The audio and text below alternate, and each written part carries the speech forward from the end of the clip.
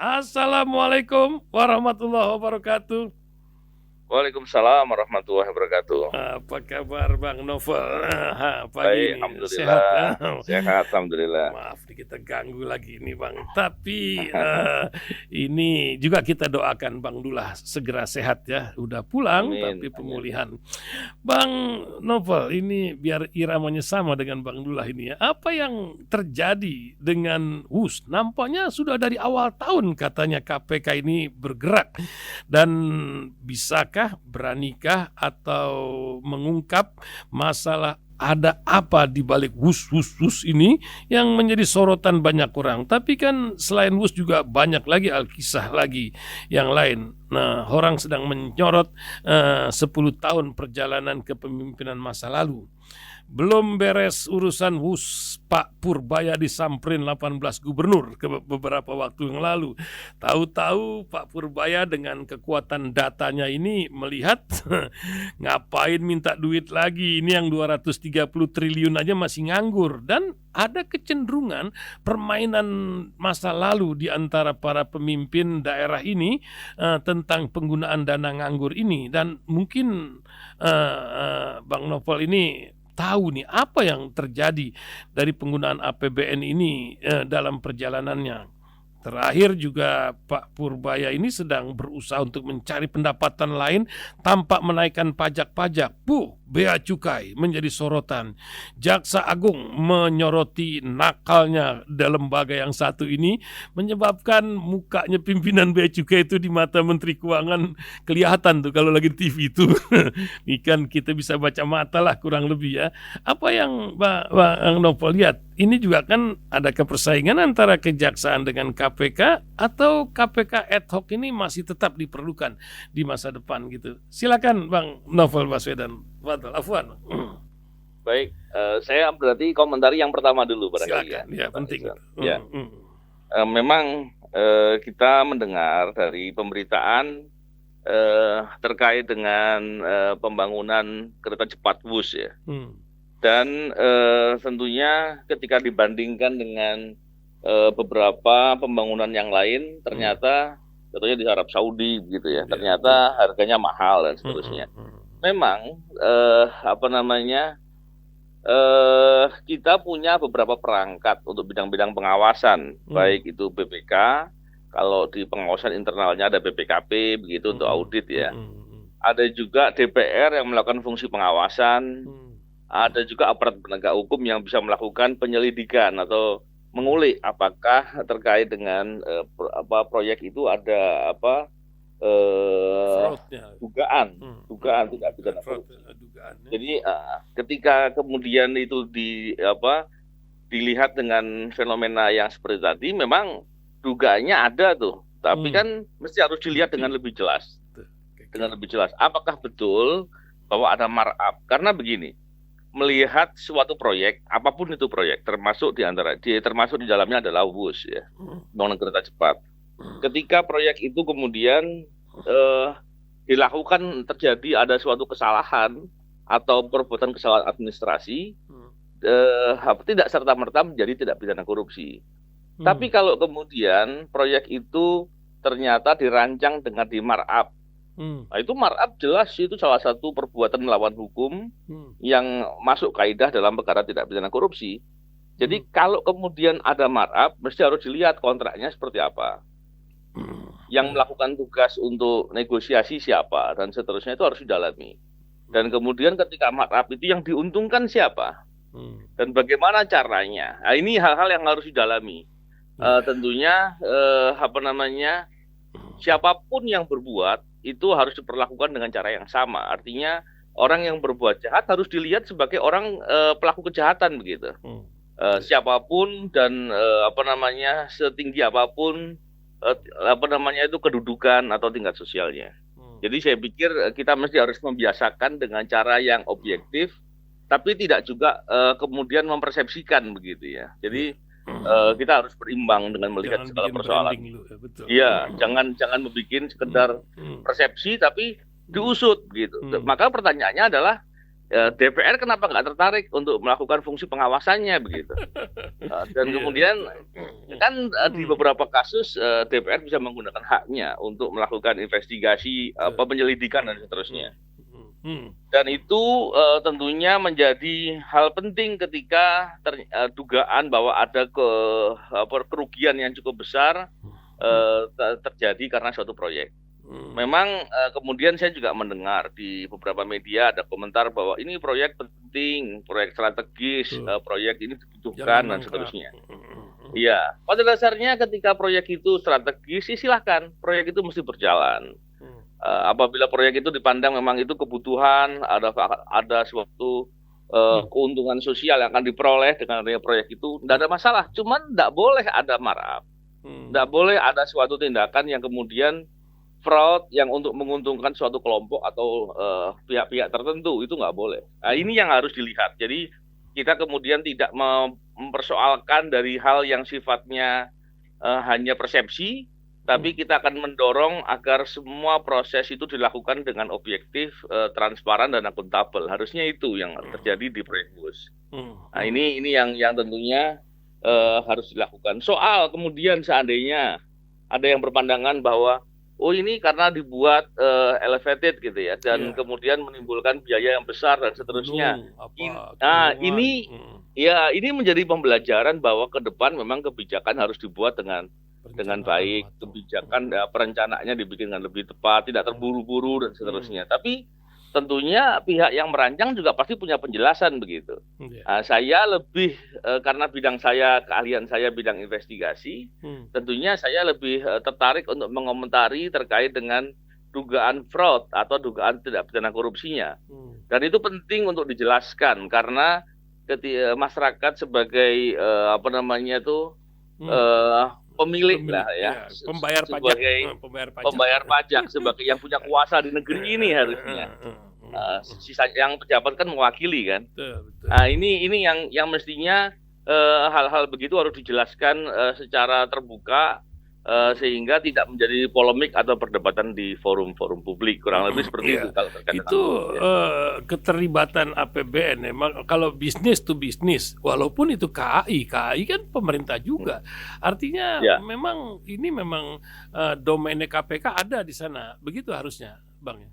Ya, sepanjang itu ada kepentingan negara, baik itu yang merupakan APBN maupun uang negara atau kekayaan negara yang dipisahkan dan seterusnya, itu tetap bisa, KPK bisa. Apalagi yang menyelenggarakan itu adalah para pejabat negara yang potensi ada praktek suapnya ada. Ya kan? Kan bisa saja kemudian dalam prakteknya ada pejabat yang terima suap. Walaupun tentunya kita belum tahu ya, tapi potensi itu selalu ada gitu, apalagi dengan nilai yang cukup besar gitu. Sehingga KPK masuk itu tepat sekali menurut saya dan harus didalami. Saya kira KPK mesti tahu lah kalau melihat ada proyek itu mesti dia harus lihat kontraknya dan banyak lagi yang dilihat secara akuntansi ya, untuk bisa mengetahui apa yang sebenarnya terjadi. Ya, dan memang sudah masuk dari awal tahun. Mudah-mudahan pergerakan ini akan lebih jelas ke depannya. Kita tunggu perkembangannya, insya Allah, Bang Novel. Ya. Nah, satu lagi Bang Novel, Pak Purbaya, koboi. Mudah-mudahan kata Pak Rocky jangan jadi koboi cengeng ini ya. Tapi ini koboi beneran ini, kata Ibu Menteri yang dulu malah yang menyebutnya. 18 gubernur silaturahmi, minta duit. Begitu dicek data, semuanya data. Ini apa yang terjadi ketika sering kita dengar juga di akhir tahun sisa anggaran sekian. Kok pakai sisa? Apa gubernur tuh susah banget. Dulu katanya ya kalau kita salah tindakan bisa dipanggil KPK kita katanya. Akhirnya pada ketakutan. Minta KPK-nya dirubah. Berubahlah KPK. Anggarannya tetap aja tuh nggak ngacir-ngacir gitu. Gimana Bang Novel? Iya. Memang secara perspektif keuangan mestinya anggaran itu harus digunakan sesuai dengan perencanaan seluruhnya seoptimal mungkin. Cuma menjadi persoalan ketika ada masalah-masalah dalam administrasi, masalah dalam kebijakan dan teknis lainnya yang membuat penyerapan anggaran tidak bisa berjalan optimal. Kalau itu terjadi karena ada suatu persoalan itu harus dibenahi.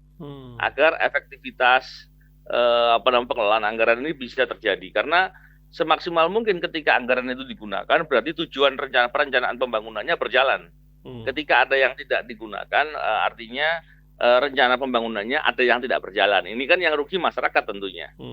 Itu poin pertama. Yang kedua adalah kita tahu pemerintah daerah itu pengawasnya banyak sebenarnya. Ada di sana adalah DPRD. Itu mereka melakukan fungsi pengawasan. Selain dari budgeting dan legislasi.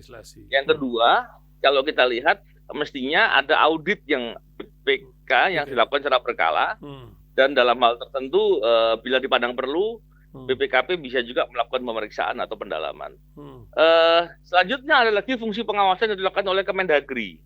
Kemendagri juga melakukan pengawasan terkait dengan kinerja, bukan hanya inspektorat tapi perimbangan keuangannya, pengelolaan keuangan daerah, itu mereka meriksa Kemendagri itu ke pemerintah daerah. Bagus. Sehingga pengawasannya itu mestinya banyak. Cuman persoalannya adalah apakah betul kemudian terjadi ada uang yang ditempatkan yang nilainya sampai berapa tadi 238 triliun ya. Jadi kan besar sekali.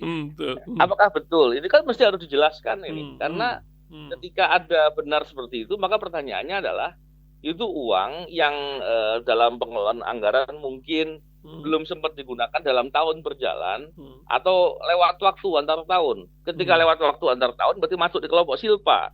Sehingga efektivitas pengelolaan anggarannya mungkin ada persoalan di situ. Tapi kalau masih dalam tahun yang sama, mungkin ada nilai proyek tertentu yang dibayar secara bertahap, itu bisa juga terjadi. Seperti saya pernah mendengar Gubernur Jawa Barat menjelaskan seperti itu. Itu mungkin juga terjadi, tapi persoalannya apa gitu. Walaupun saya dulu pernah juga punya pengalaman menangani perkara korupsi, yaitu kepala daerah menempatkan uang dalam bentuk deposito, contohnya bunganya berapa per tahun, 3% atau 4% begitu. Dia nego minta 5,5%, 1,5%-nya special rate yang dibuat secara tersembunyi. Nah itu bisa menjadi modus kejahatan juga gitu. Tapi terlepas dari itu semuanya harus diklarifikasi dan dikonfirmasi. Sebenarnya apa yang terjadi? Dan fungsi-fungsi pengawasan tadi yang harusnya melakukan fungsinya. Dari Kemendagri, dari DPRD, dari BPK, mereka harus melakukan fungsinya. Dan tentunya penegak hukum juga melihat dalam konteks apakah ada terjadi perbuatan fraud atau perbuatan korupsi seperti yang saya katakan didepositokan, kemudian ada special rate yang dia dapat, itu kemudian bisa dinikmati oleh pihak-pihak tertentu yang itu adalah perbuatan korupsi.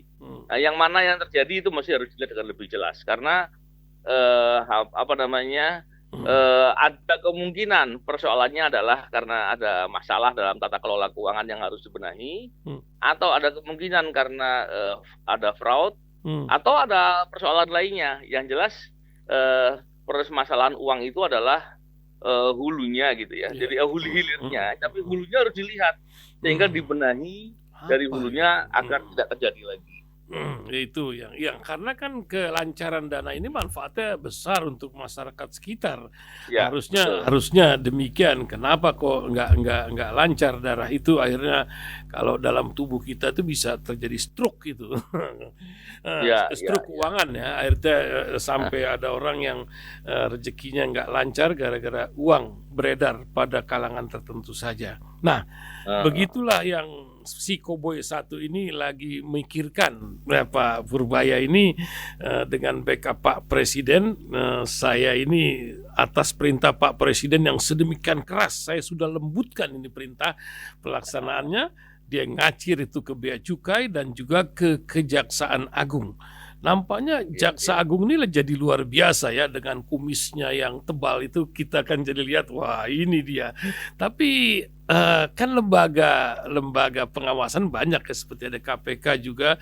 Apakah ini tidak menjadi persaingan atau juga menteri yang satu ini sedang mengusahakan memaksimalkan dana-dana yang harusnya masuk ke negara ini lebih besar di balik layar, atau ada, kalau seorang tokoh bilang ada anggaran di luar transaksi normal lah gitu ya, 20% lebih itu underground transaction. Ya, KPK ya, yang ya. nggak bisa tuh mengungkap ini, sulit kata mengungkapnya. Sesulit apa sih sebenarnya, Bang? Gitu. Silakan. Iya, iya. Memang menarik ya kalau kita bicara kepabeanan gitu ya. Sebelum saya bicara di poin yang dikatakan oleh Bang Iksan, saya ingin menggambarkan dulu begini. Seandainya kita melihat kepabeanan itu sebagai itu ruang yang strategis ya, bidang yang strategis, ini bisa menutup kejahatan banyak hal. Contohnya begini, kita tahu di Indonesia ini banyak terjadi illegal logging, illegal mining gitu ya. Dan persoalan juga di tata kelola masalah perkebunan, sawit gitu ya. Dan kita juga melihat ada masalah perikanan ilegal dan seterusnya. Jadi ketika melihat persoalan itu semua, sebenarnya orang mau mengambil illegal mining seperti apapun, pasti kan akan melalui kepabeanan nantinya. Sebenarnya kalau melihat kepabeanan itu sebagai bidang yang strategis, mesti harus dilihat kepabeanan itu sebagai pintu gerbang, sehingga dibenahi kepabeanan dan kemudian diusut ke bawah. Contohnya begini, dulu 2 tahun yang lalu kita mendengar almarhum Bang Faisal Basri, Allahyarham, beliau cerita soal adanya ketimpangan, kalau nggak salah ekspor apa itu ya, nikel atau batu bara, saya lupa. Ke Cina, betul. Yang 5 juta ton. Betul, ya. Cinanya ngaku kok terima. Ini kan nggak boleh keluar gitu. Iya, betul. Itu terjadi, itu hanya bisa terjadi kalau lolos di kepabeanan. Kalau kepabeanan kita itu benar, itu nggak mungkin bisa keluar. Barang itu besar. Ini bukan barang yang masuk dalam saku ya, atau dalam tas. Berlian. Kalau 5 juta ton itu, 5 juta ton itu ditumpuk itu kurang lebih ya segunung lah ya, kurang lebih. Jadi tinggi sekali gitu. Berapa kapal begitu dan seterusnya. Berapa ribu kapal ya gitu. Jadi melihat persoalan itu memang seharusnya kepabeanan ini harus dipandang sebagai sektor yang penting untuk diperbaiki. Dan masalah saya yakin banyak sekali. Dan belum lagi kalau kita lihat, kita sering mendengar adanya penyelundupan dan seterusnya. Bahkan kalau kita lihat saking banyaknya, kadang kita bingung ini sebenarnya diatasi apa tidak gitu ya. Mestinya penyelesaiannya itu jangan kita seperti mengejar kejar-kejaran begitu ya. Tapi kita membangun sistem sehingga dengan sistem itu orang sulit untuk bisa mengakali untuk masuk begitu. Tapi kalau kita hanya mengejar atau kejar-kejaran atau kucing ngejar tikus gitu ya, jadi kejar-kejaran yang nggak jelas, ini jadi nggak kelar dan bisa parsial gitu. Nah, ketika parsial, maka menurut saya itu nggak pas. Yang harus dilakukan perbaikan sistem. Contoh, mestinya semua kontainer yang masuk di Indonesia itu di-scan. Ada alat scan-nya sehingga kita bisa tahu apa aja di dalamnya. Dan kemudian kita bisa tahu dengan menggunakan artificial intelligence yang semakin lama semakin baik ya, harganya, semakin teliti. Ya. Dan di Indonesia banyak ahli yang mampu. Bahkan saya pernah mendengar ada seorang ahli di Indonesia yang dipakai di Malaysia untuk menyelenggarakan itu. Tapi di Indonesia nggak dipakai, kan sayang tuh. Harganya murah, teknologinya luar biasa diakui di negara lain. Jadi hal-hal ini yang harus dilakukan. Jadi perbaikan sistem. Dan yang berikutnya begini, karena kalau kita bicara sistem, tidak hanya bicara satu sektor, penindakan saja. Tapi penindakan penting, tapi sektor yang lain yaitu pencegahan dan upaya untuk edukasi dan seterusnya untuk perbaikan ini dilakukan. Dan menurut saya yang punya tugas lengkap itu justru KPK. KPK itu punya penindakan, punya pencegahan, dan punya edukasi pendidikan. Dan ini harus dilakukan secara komprehensif. Kalau hanya ditindak saja, atau apalagi parsial, jangan-jangan yang kena 1, jangan lolos 10. Nah ini menurut saya yang harus dilihat. Kita berharap tentunya sistem di tata kelola lah di bidang kepabeanan ini bisa dilakukan dengan sistem yang terbaik dan bisa menggunakan teknologi-teknologi untuk bidang-bidang pengawasan. Kalau pengawasannya dilakukan oleh manusia bisa ngantuk gitu, bisa lupa gitu ya. Walaupun saya ngomong dengan perspektif yang halus nih. Kalau kasarnya bisa fraud, bisa manipulatif gitu, bisa kong kali kong. Nah, tapi kalau dalam perspektif menggunakan alat, tentu ini teknologi sekarang semakin lama robot semakin ya. maju, Ya, di semakin sistem baik, semakin betul, murah. betul. Sistem pajak Ya, tuh sekarang Eh, tahu-tahu saya dapat tagihan ya, cuma Rp5. Kok dikirim? Karena robot yang kerja gitu. gitu. Ya, ya, ya. Betul, betul. Dan ini yang harusnya dilakukan, tapi saya belum melihat tuh langkahnya akan seperti itu. Kalau langkahnya dilakukan dengan semakin baik, tentu akan hasilnya akan baik pula. Dan yang saya tahu begini, Bang Iksan, persoalan di kepabeanan itu yang bertanggung jawab di sana itu bukan hanya bea cukai mestinya. Di sana ada pajaknya juga. Iya. Pajak juga punya kepentingan di sana. Dan juga kita tahu kepabeanan juga ada terkait dengan Kementerian Perdagangan. Perdagangan dalam luar negeri dan seterusnya. Perindustrian, pertanian juga ada kepentingan di situ. Bisa jadi ESDM terkait dengan tambang-tambang. Tentunya semuanya ada keterkaitan dan mestinya harus diatur dengan sedemikian rupa sehingga perbaikannya, sistemnya ini diperbaiki. Dan itu harus dilakukan segera. Dan yang sudah terlanjur berbuat sebisa mungkin ditindak. Dan itu mudah menggunakan PPATK dan seterusnya untuk melacak dan seterusnya. Mestinya nggak sulit dilakukan. Ya luar biasa kalau mau ya, karena kan tadi itu 20% yang underground itu pun sampai Menteri Keuangan itu agak sulit itu katanya. Tapi itu kan dengan perangkatnya masih harusnya kalau mau bisa gitu Bang ya. Kalau kita mau ya, tuh bisa. Bahkan jangan-jangan bukan 20%, tapi bisa lebih dari itu. Bisa lebih dari itu. Wah, terima kasih. Nih mendekati menit ke-30 Bang Novel. Mau tanya itu keterbukaan tes wawasan kebangsaan udah keluar belum Bang Novel? Belum. Oh, belum. Itu akrobat yang memprihatinkan. Di seluruh dunia berlaku hak asasi manusia adalah salah satu hak dasarnya. Setiap orang itu berhak untuk dapat hasilnya atas suatu penilaian terhadap dirinya.